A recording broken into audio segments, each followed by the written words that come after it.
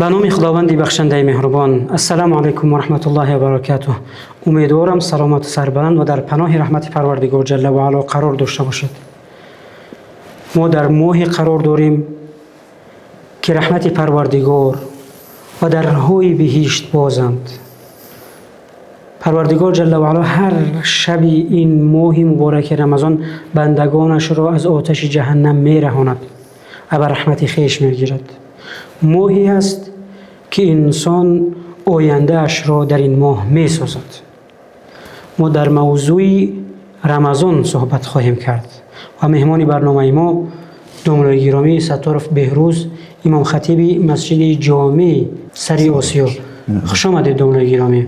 سلامت باشید. داملای گرامی میخواستم که در موضوع تاریخی روزه، ما میدونیم که در قرآن آمده است قوم‌های پیش از ما روزه داشتند، اما میخواستیم که از شما فهمیم در کدام ماه و در کدام سال هجری روزه ماه مبارک رمضان برای مؤمنان فرض گردید.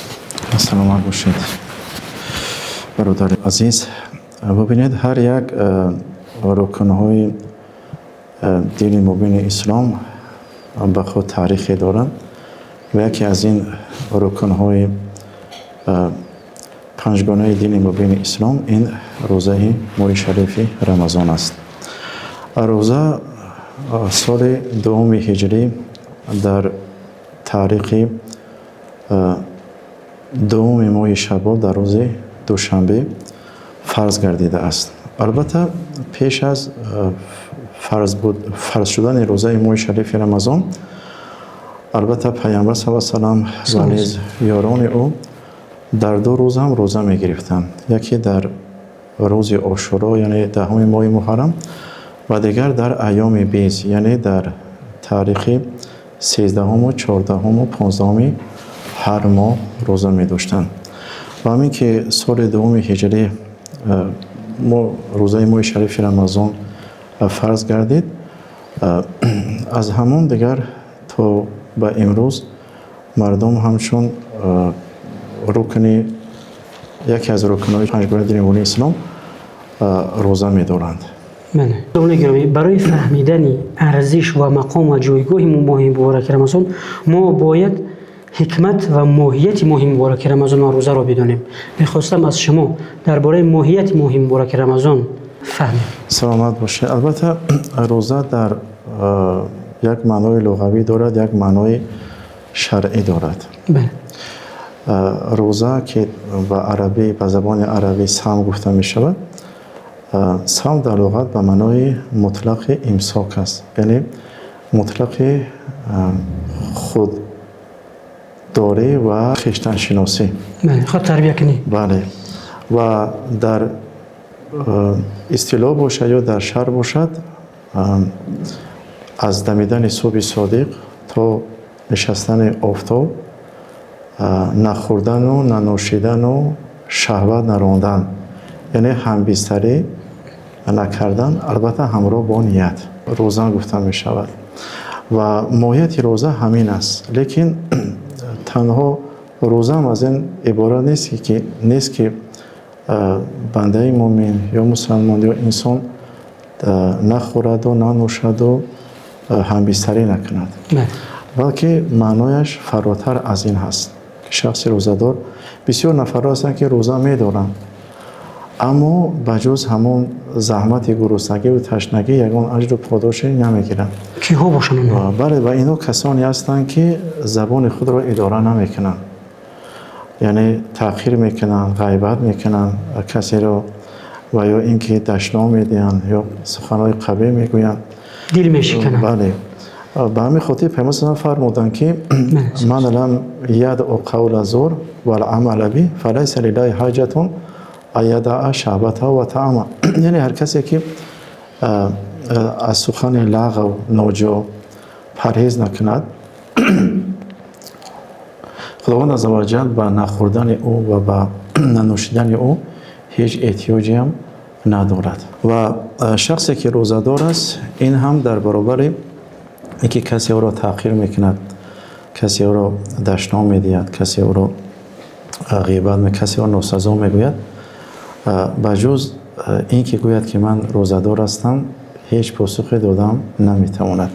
یعنی در چون مقصد از روزه گرفتن این تربیه است، مقصد از روزه گرفتن این اصلاح است. بنابراین پیامبر صلی الله علیه و آله میفرمایند که اذا كان صوم يوم احدكم فلا يرفث ولا يسخر فان صابه عهد او قاتله فليقل اینی صائم.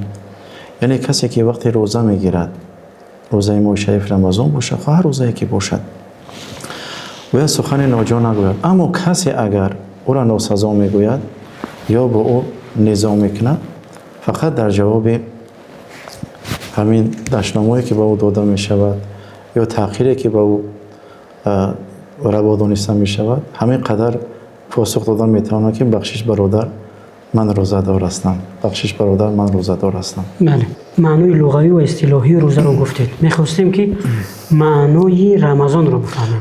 رمضان رو با اون خاطر رمضان گفته میشود که لانه یرمز الذنوب، چون تمام گناهان رو، کمودیان رو میسوزاند، نابود میکند. ما ماهیت رمضان رو صحبت کردیم.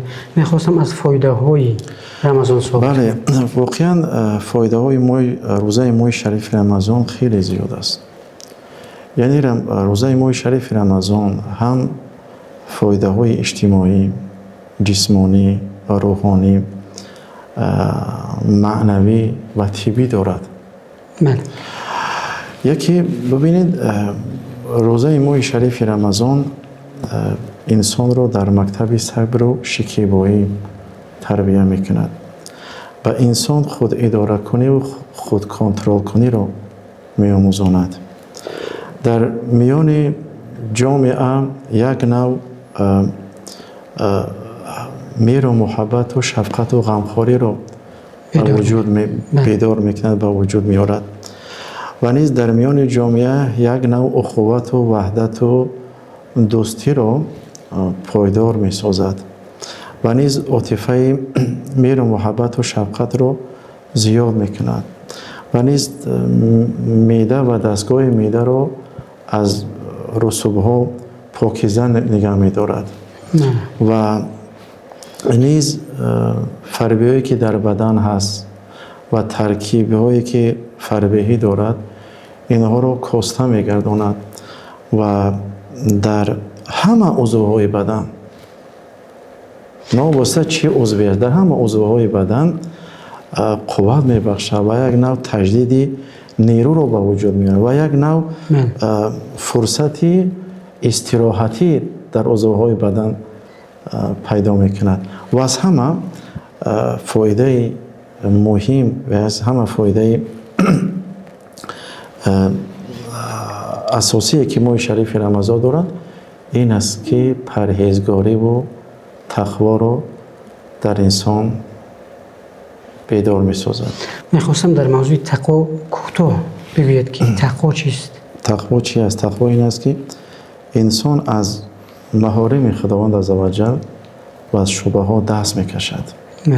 چه خداوند عزوجل نهی کرده است از آن خلاصه دست میکشد و چیزی که خداوند عزوجل امر دستور داده است خود را با این چیزها زینت میبخشد. بهترین صفت یا وصف کردید تقوا رو. سلامت سربلند باشید. حکمتش در چیست که خداوند جل و علا برای امت اسلام روزه ماه مبارک رمضان رو فرض گردانید؟ بله، خداوند عزوجل در قرآن عظیم الشان فرموده است که یا ایها الذین آمنوا کتب علیکم الصیام کما کتب علی الذین من قبلکم لعلکم تتقون. یعنی ای کسانی که ایمان آورده اید، روزه بر شما فرض گردید همچون که این روزه بر امتهای پیش از شما فرض گردیده بود تا اینکه شما پرهیزگار شوید یا پرهیزگار باشید. واقعا ببینید در تفسیر همین آیه کریمه علما با 4 مطلب اشاره کردند. یکی اینکه چرا همین روزه بر امت مسلمان فرض گردید، چون که شما برادر مهربان سوال دادید. ببینید انسان یک موجودی هست که از 2 چیز عبارت است. یکی روح است، دیگری ماده. اگر خیلی ماده گفته جسم به نظر دارید شما؟ ماده، بله، جسم. از همین گوشت و پوست و استخوان. نه. اگر خیلی ساده‌تر بگیم در انسان هم خصوصیت های ملکوتی هست یعنی فرشته بودن و هم خصوصیت های بهیمیت یعنی حیوان بودن و این خصوصیت ها و این ویژگی ها با همدیگر همیشه در تضادن یعنی ضد همدیگر هستند. اما انسان میخواد که هم در دنیا و هم در آخرت رستگار باشد و رستگاری انسان و کامیابی انسان در همین است که همین خصوصیت های بهیمیت یعنی حیوانیت اینا مطیع خصوصیت های ملکوتی یعنی فرشته بودن باشند و این در کدام صورت در کدام حالت برای انسان میسر میگردد؟ در صورتی که انسان روزه بگیرد. وقتی که انسان روزه که گرفت دیگر این غریزه های نفسی این خصوصیت های بهیمیت همه اینا پامال میگردند و خصوصیت های ملکوتی و روحانی باشند اینا عروج میکنند یعنی بالا میروند و با همین انسان دیگر در زندگی هم موفق میگردند هم در آخرت. سلامت باشید. دوستان گرامی، یکی از دوستان پرسید که برای چه ماه مبارک رمضان بعضی حالت ها 29 بعضی حالت ها 30 میاد؟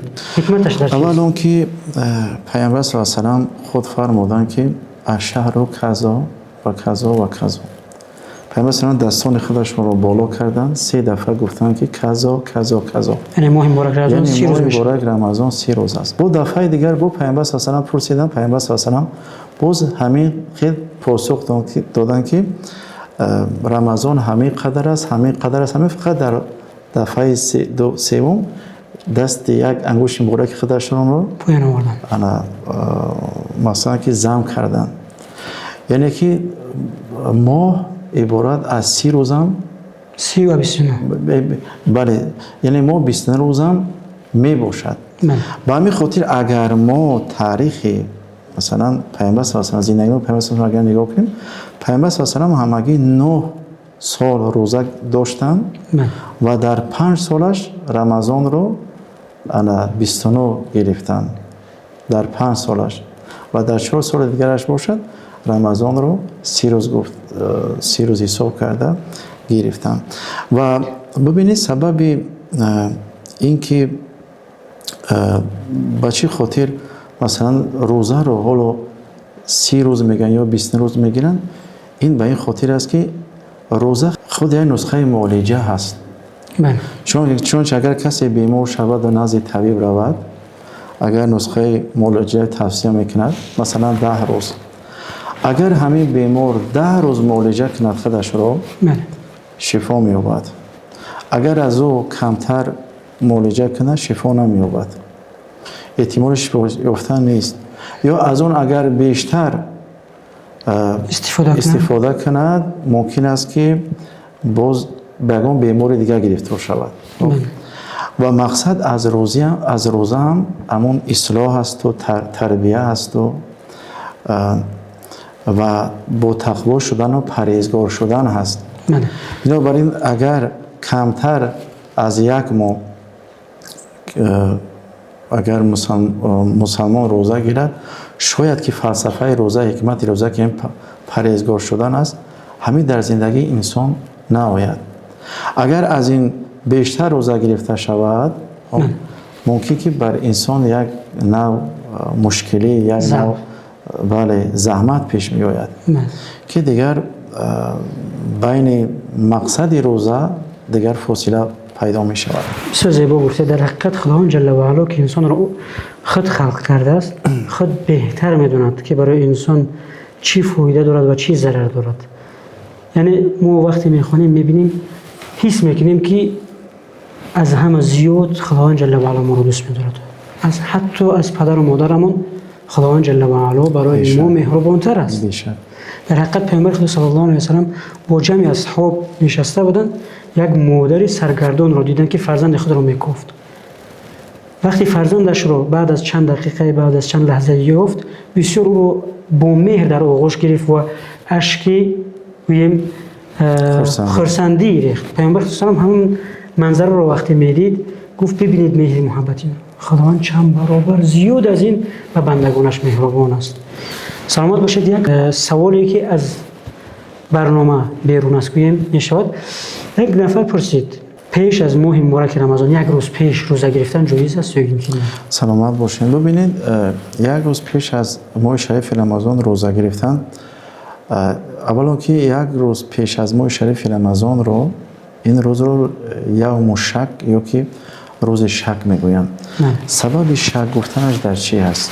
سبب شک در این است که ببینید ماه‌های قمری یا 29 می شود یا 29 روز می شود یا 30 روز می شود. ماه‌های قمری مانند ماه‌های مثلا میلادی نیستند که گاهی 28 تنه می شود و گاهی 31 تنه می شود. نه پیش که معلوم است که چند است، 31 است یا 28 یا 29. یوم شک یا که روز شک با اون خاطر اساساً گفتن می شود که چون ببینید امین معلوم نیست که فردا آیا مثلا یکم ماه رمضان می شود یا که فردا 30 ماه شوال است. و همین خاطر روز شک می گویم. در روز شک پیامبر صلی الله علیه و سلم منع کرده است از اینکه مسلمانان روزه دارند. یعنی منع شده است انسان پیش از ماه مبارک رمضان یک روز پیش احتیاطاً روزه بگیرد. ببینید پیامبر صلی الله علیه و سلم مثلا که می‌فرماید که من صام الیوم الذی یشک فیه فقد عصى ابوالقاسم صلی الله علیه و سلم. هر کسی اگر یک روز پیش از ماه شریف رمضان یعنی در روز شک روزه می‌دارد، او از پیامبر گرامی از ابوالقاسم یعنی از پیامبر صلی الله علیه و سلم، ابوالقاسم کنه پیامبر صلی الله علیه و سلم بودن، نافرمانی نموده است. مگر در کدام صورت روزه گرفتن در روز شک روا است؟ البته در صورتی که انسان مثلا عادت دارد که در بعضی روزها روزه میگیرد، مثلا چنانچه عادت دارد که در روز پنجشنبه روزه میگیرد یا در روز دوشنبه روزه میگیرد. اگر همین روز شک با همین روز عادتیش اگر موافق آمد، در اینجا یگان جای یعنی نارواگی نیست. یعنی انسان میتواند که در روز شک هم روزه بگیرد. چون پیامبر صلی الله علیه و سلم صراحتاً میفرمایند که لا یتقدمن احدکم رمضان بصوم یوم او یومین الا ان یکون رجل کان یصوم صوما فلیصوم ذلک اليوم.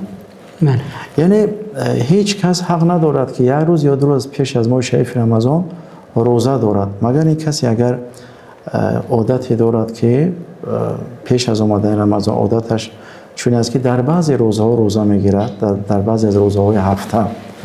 اگر همین روز شک با همین روز عادتی روزه داشتنش موافق آمد، روزه گرفتن هیچ باکی نیست. ببین اگر چندی که از روی همین احادیث معلوم میگردد که روزه داشتن در روز شک مکروه است، کراهیت دارد، ناخوش است، ناپسند است. دین مبین اسلام نه افراط را میخواهد نه تفریط را میخواهد. نه زیاده روی و نه کم دیدن را یا کم نظری را میخواهد. یعنی با اون خاطر روزه نگیرند در این روز که مبادا همین را آیسته آیسته یک تکلیف دینی قرار میدهند، یعنی یک چیزی خرافات یا یک چیزی بدعات قرار میدهند. با همین خاطر شریعت از این که خلاصه مردم باز خرافات زده نشوند، مردم این که مرتکب با بدعات نشوند، بنابراین در این روزه نگیرند. سلامت باشه دامنه گرامی.